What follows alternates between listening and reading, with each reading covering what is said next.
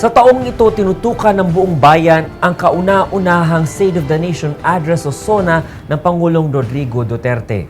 Sa kanyang talumpati, muli niyang binanggit ang kampanya laban sa iligal na droga at sa korupsyon sa pamahalaan.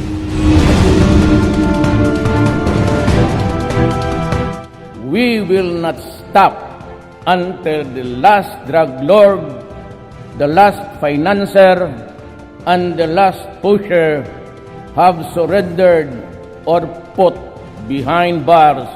Gusto ninyo? Madila, okay. Pag ayaw naman ninyo, because baka sabihin nyo, ang korupsyon naman, di okay rin. I assure you, this will be a clean government. Nabanggit din ng Pangulo ang isyu tungkol sa West Philippine Sea Dispute, ang peace talks ng CPP-NPA at ng pamahalaan at ang Bangsamoro Basic Law o BBL. Until now, the only way they said that we can have is, yung BBL, ibigay na natin. Bigay na natin at when the federal system comes, isali mo na sa package together with Ms. Wari. That is the solution for Mindanao.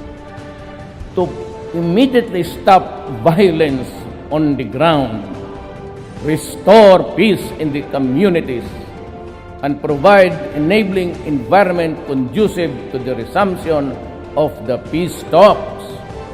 I am now announcing a unilateral ceasefire with the CPP, NPA, NDF, effective immediately. Kamustahin natin kung ilan na sa pangako ng Pangulo ang naisa katuparan sa Repaso 2016.